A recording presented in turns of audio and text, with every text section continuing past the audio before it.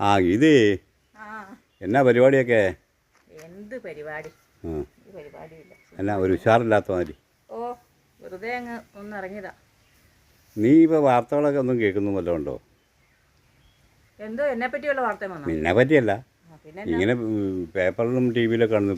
റാഗി എന്താ റാഗിങ്ങോ? റാഗിങ്ങോ?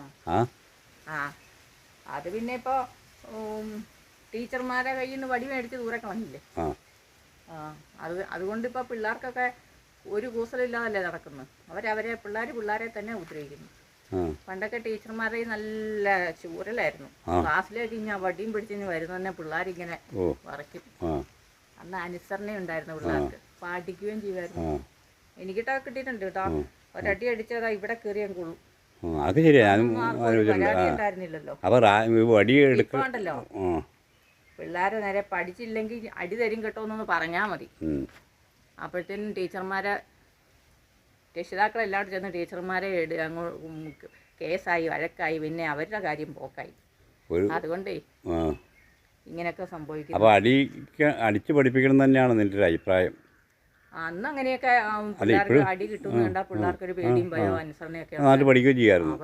എനിക്ക് അനുഭവം ഉള്ളതാണ്, കാരണം ഞാനും പഠിച്ചിട്ടുള്ളതാണ്.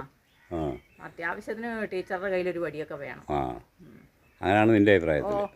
ഞാനങ്ങനെ പറയും. പിന്നെ ഞാൻ ഒരു വഴിക്ക് പോകുമ്പോൾ ഒരു കൊച്ചു കാര്യമുണ്ട്. നിൻ്റെ പേരക്കുട്ടിയാണെന്ന് തോന്നണേ. നിൻ്റെ പേരക്കുട്ടി തന്നെ? എന്നാ മോളെ കരയുന്നതെന്ന് ഞാൻ ചോദിച്ചു.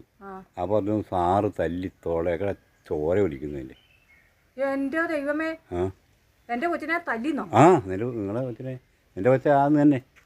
ഞാൻ എൻ്റെ കൊച്ചിനെ പഠിക്കാനാണ് സ്കൂളിൽ വിടുന്നത്. ഓ, തല്ലുകൊള്ളാനല്ല. ടീച്ചർ പഠിപ്പിച്ചാൽ മതി. ടീച്ചർ തല്ലാൻ നിൽക്കണ്ട, ചെല്ലട്ടെ. അപ്പോൾ ഞാനൊരു കാര്യം ചോദിക്കട്ടെ, ഇപ്പം നീയല്ലേ പറഞ്ഞ വടിയൊക്കെ എടുത്തിട്ട് വേണം പഠിപ്പിക്കാൻ, എങ്കിലേ പിള്ളേർ പഠിക്കുള്ളൂ. അപ്പം നിൻ്റെ കൊച്ചിൻ്റെ കാര്യം വന്നപ്പോൾ നിനക്ക് ഭയങ്കര വിഷമമുണ്ടല്ലേ, അടിക്കണ്ടെന്ന്? അത് പിന്നെ ഞങ്ങൾ അങ്ങനെ തല്ലിയോ നുള്ളി നോക്കുകയോ ചെയ്യുന്ന. അത് മനസ്സിലായി. എല്ലാവരും അങ്ങനെയൊക്കെ തന്നെ. അപ്പോൾ അത് മോശമായിപ്പോയെന്നാ നീ പറഞ്ഞേ? എൻ്റെ കൊച്ചിനെ തല്ലിയത് മോശം തന്നെയാണ്. അപ്പോൾ അടിക്കേണ്ടതാണോ പറഞ്ഞേ? അടിച്ചത് പിന്നെ തല്ലേണ്ട ആവശ്യം തന്നെ. അപ്പം നീ അവരോട് ചോദിക്കാൻ പോകണം? അതേ ചോദിക്കാതിരിക്കാൻ പറ്റില്ല. നീ ഇത്രയും പറഞ്ഞ സ്ഥിതിക്ക് ചോദിക്കണേ ശരിയല്ല. കാരണം നീ പറഞ്ഞില്ലേ തല്ലി പഠിപ്പിക്കണം എന്നൊക്കെ പറഞ്ഞു, അതുകൊണ്ട് അവർ പഠിപ്പിച്ചു. ഇപ്പം നീ തന്നെ പിന്നെ പോയി ചോദിക്കാൻ പോകുന്ന തെറ്റല്ലേ?